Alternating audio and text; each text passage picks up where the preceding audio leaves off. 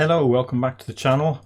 I had a comment in a video. I tried to find it so I could put it on the screen, but I can't for the life of me find it. It was a comment from someone asking me how I go about designing a build or building a character or doing a build or however you want to phrase the question. And I thought that's a good question because back when I started playing the game and didn't know what the hell I was doing, I would stare at the skill screen of masteries and think, oh, what skill on there is going to make this game easy to play and all this. And you know, the things that most new players do, you look at it and you spend a lot of time staring at screens wondering how you're going to get around stuff. Anyway, the years rolled by, the thousands of hours went, and I'm still not I'm still not any good at the game.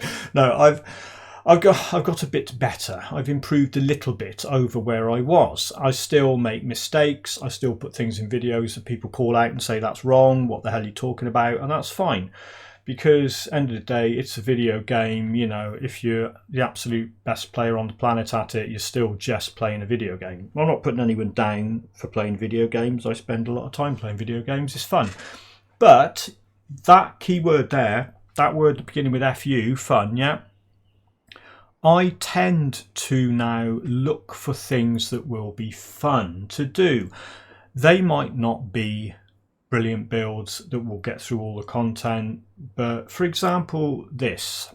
Look at the state of this thing, right? Now, I look at that and I just, you know, you almost can't help laughing. It's a girl with a stupid Halloween mask on and a funny little thing. I don't know what that is. What is that? It's like a Ken Dodd thing, isn't it? I don't know what that is. And this stupid gun.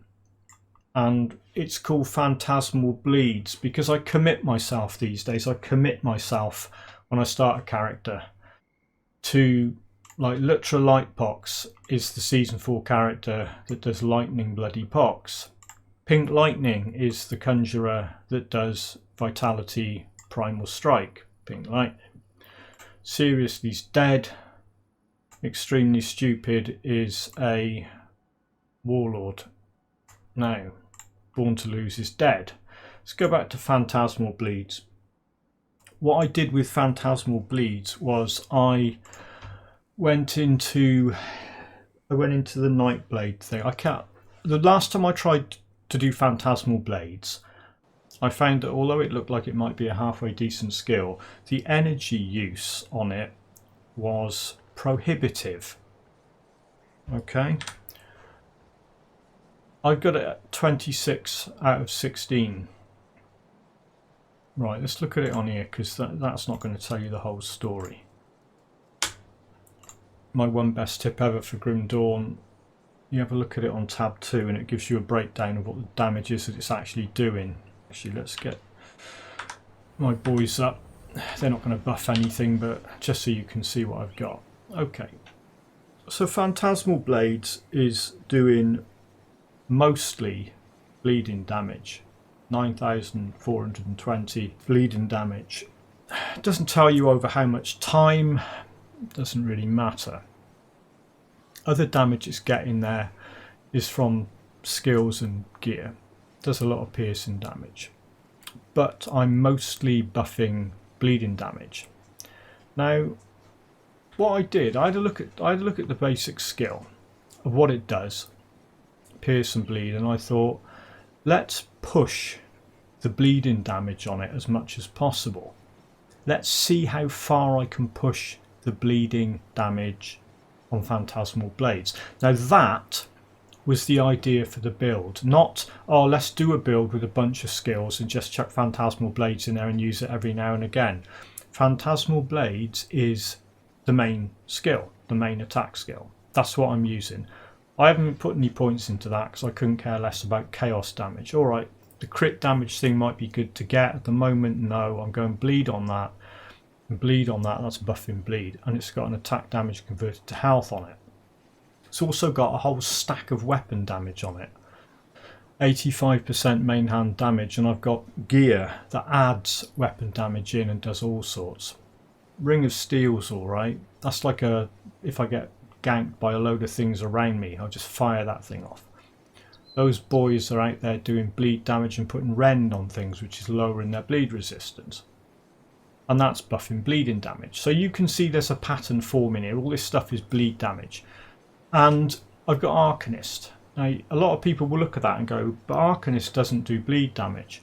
You should have gone with Shaman, you should have gone with Occultist, whatever. And they would be perfectly correct. However, remember what I said about the energy issues with this. Here's my battery. Here's my high-powered battery powering that skill. I'm going to get this up to here. So I get a reduced skill energy cost. That thing's buffing the heck out of spirit and my offensive ability, which is nice. That's a 1-pointer at the moment. That's a 1-pointer at the moment. The ultimate plan is to stick a point in mirror.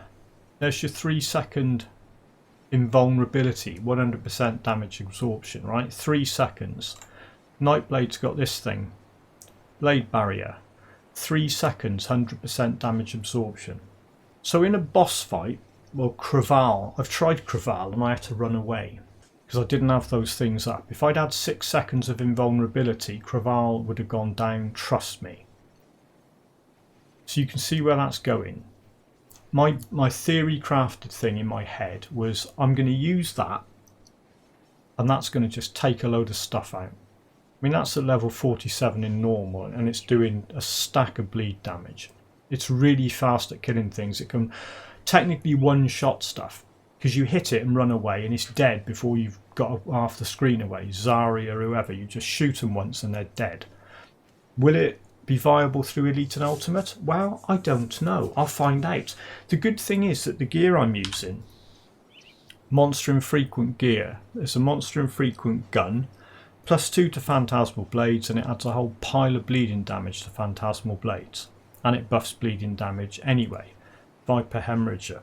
It's a decent gun. You can farm them. It's a monster infrequent. You farm that from the Viper thing is in Forgotten Gods area. Global Death Effigy.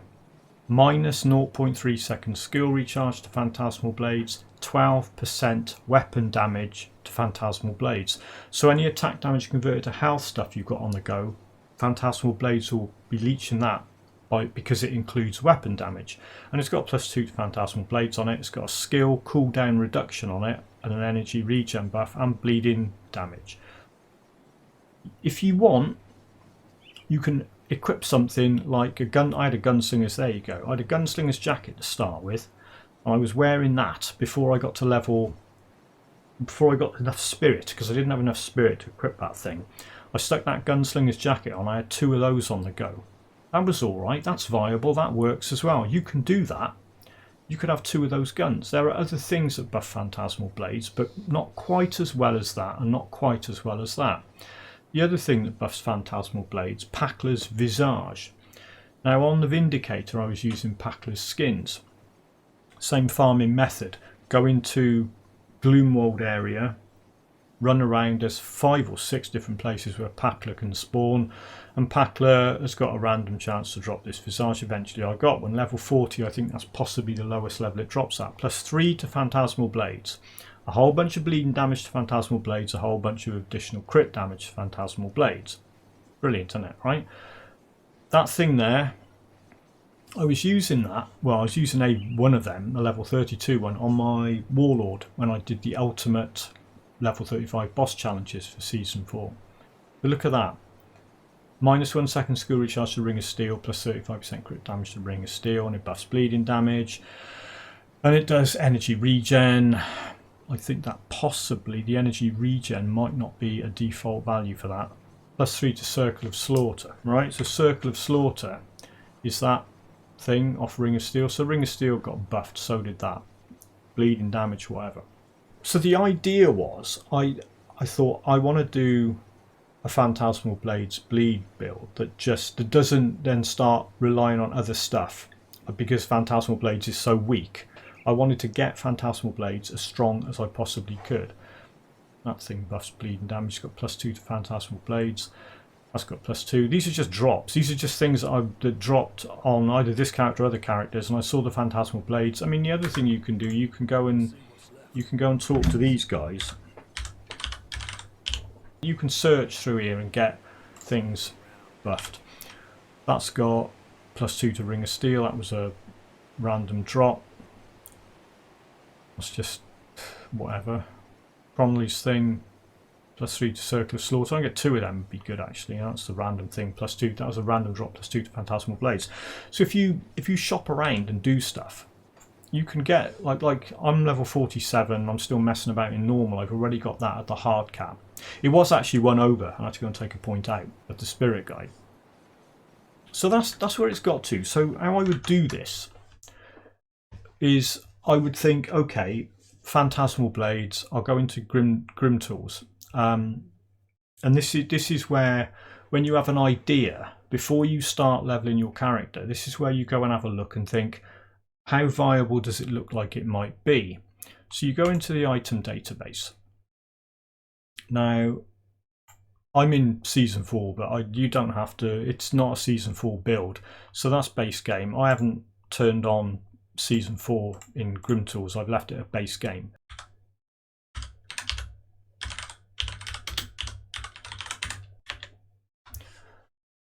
Right, so you search for Phantasmal Blades and it will show you anything that has got. I mean, you could put 2 in there if you want, because that generally it removes things where it's just wittering on about it and not actually having it in the actual thing. So you have a look here, Packler's Visage, that weird green colour on the background is showing you it's a monster infrequent. So you see that, 420 bleeding. So immediately you see that and you think, are there any other helmets that do it? Not really, not until you get to legendary stuff. I don't tend to think, oh yeah, look, it's this, I'll go and get one of them, because a lot of the guides I do are fresh starts. I haven't got anything in stash, so I'll go and target farm stuff. So you see Packler's Visage and you think, yeah, I'll get that, and then you whiz down here, Murderer's stuff. I actually could have gone, I mean, you could farm that stuff off Cronley's gang. They're quite easy to get. If you're not looking for these things, they drop all the time. Craval, not so much. I mean, it's got a +3 to Phantasmal Blades, but to go and get that, you'd have to be a particular level, you'd have to be a particular skill ability. Whereas Cromley's stuff, you can just go and kill them and get that to drop. That's got a +3 on there.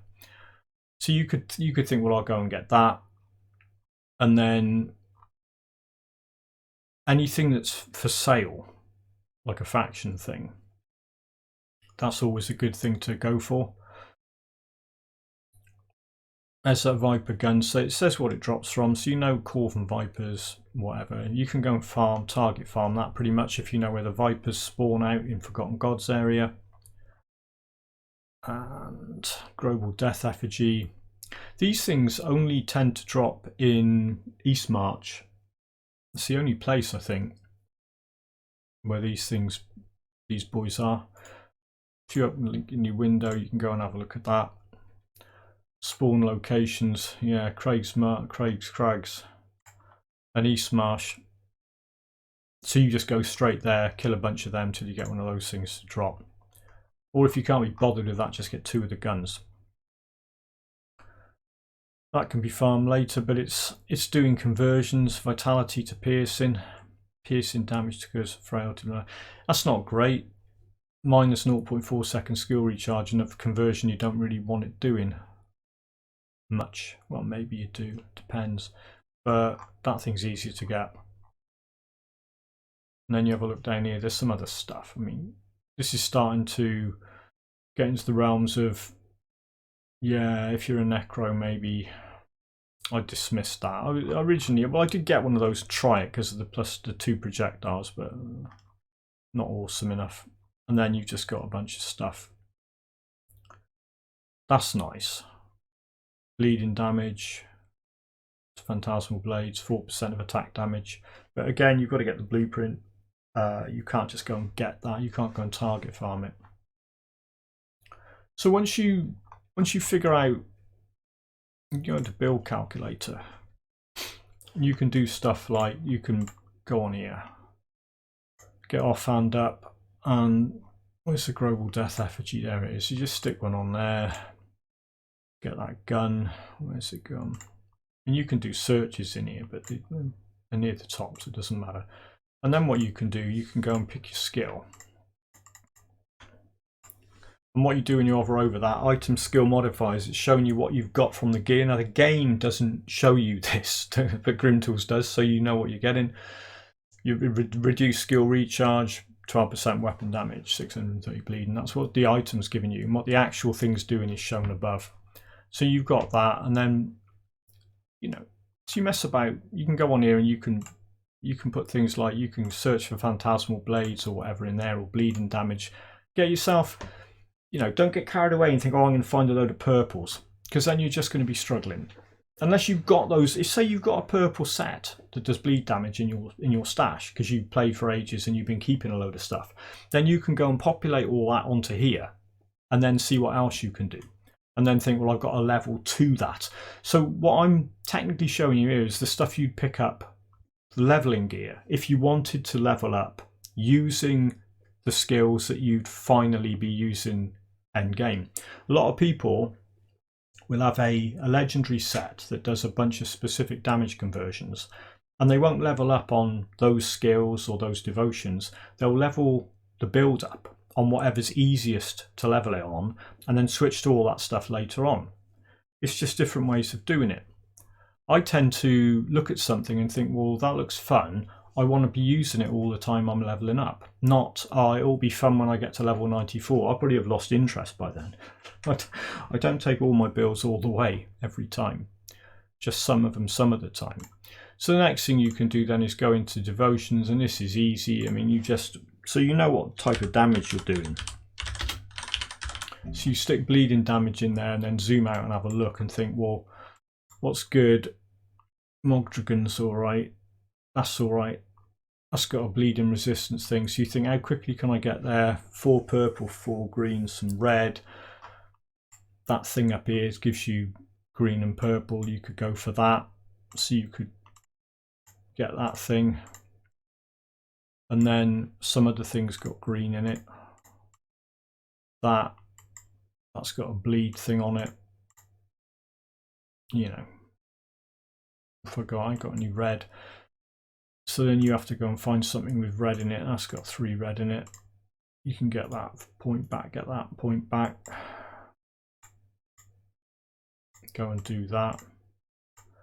And then you know you've got that by points available 33. So I got 22 or whatever. So yeah, so you can figure out the quickest way to get to where you want to get on the devotion thing. And then you get distracted because you think, what if I used an axe? There's all bleeding on that. So you've got a rough idea, so you know where you're going to put your points. So when you start getting shrines, you know where you're going to put your points to start off to get to where you want to get. Then you have a look at that and think, what can I put this on? I can put it on Phantasmal Blades, I can put it on Blade Spirit, and all sorts you can put it on.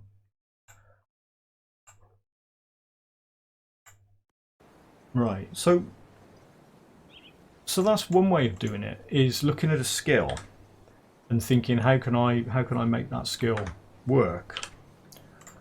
I have to go and kill something now just to prove it works.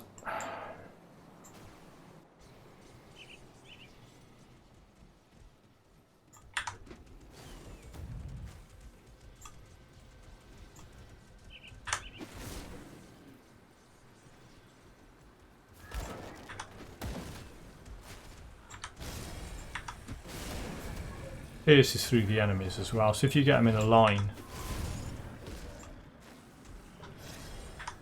it's quite nice.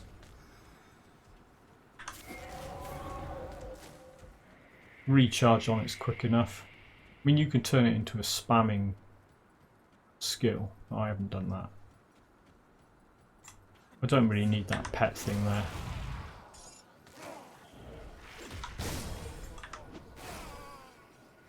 Pretty crazy. It works nicely. So that's that one. So that's one way of doing it. The other way of doing it is, I mean, we'll keep the same character for the sake of argument. Say if you got that drop, you're running around on another character and you get that drop, and you look at it and you think, oh, what's that doing? Siphon Souls. Oh, I don't want to do Siphon Souls because that's a necro thing. I don't want to do that. And then you see what it does to phantasmal blades. Oh, I've never used phantasmal blades, always thought it was a rubbish skill, but look what that's doing to that. And then you do it from another perspective. You think, well, I might use phantasmal blades and I'll stick that thing on. But then you might do a necro and a nightblade. It's a reaper, isn't it? I think that is. And then you might do a mixture of vitality and bleed, which is okay. I mean, on paper it's not, because vitality scales from spirit, bleed scales from cunning.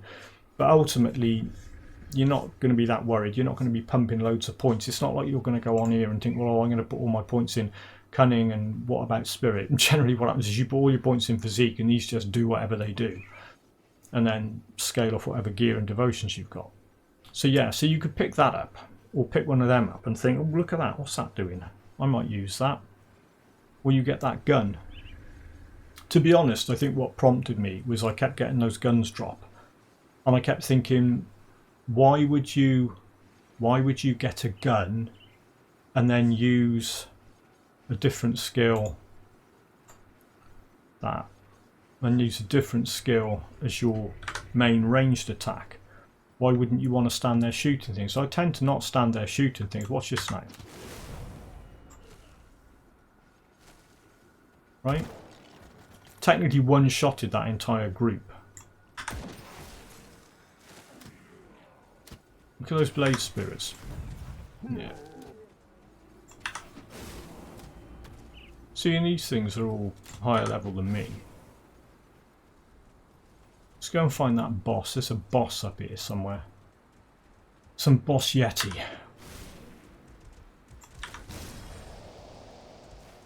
It's nice though. It's and what's nice is when you have an idea and you think, well, I wonder if this will work.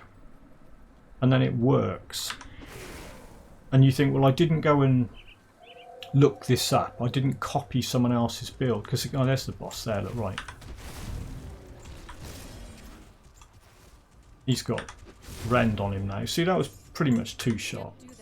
I think it might have been 1 if I just left him to it. But I mean, that was quick. I've had other characters where I thought this character's really strong. And it's been like a face tank 30 seconds on him before he's died, but he just went straight down. And then you look at stuff and think, what's it got on it? But yes, if you do your own build and you don't copy somebody's, you do feel like you've achieved something then. And there's absolutely nothing wrong with copying other people's builds, particularly if you're starting off and you want to learn about the game.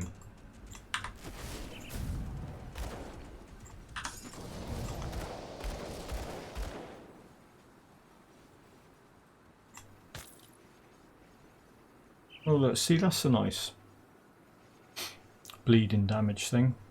If you were going melee, +2 to circular slaughter, a load of bleed and vitality damage on it, 3% of attack damage converted to health. That's actually quite nice.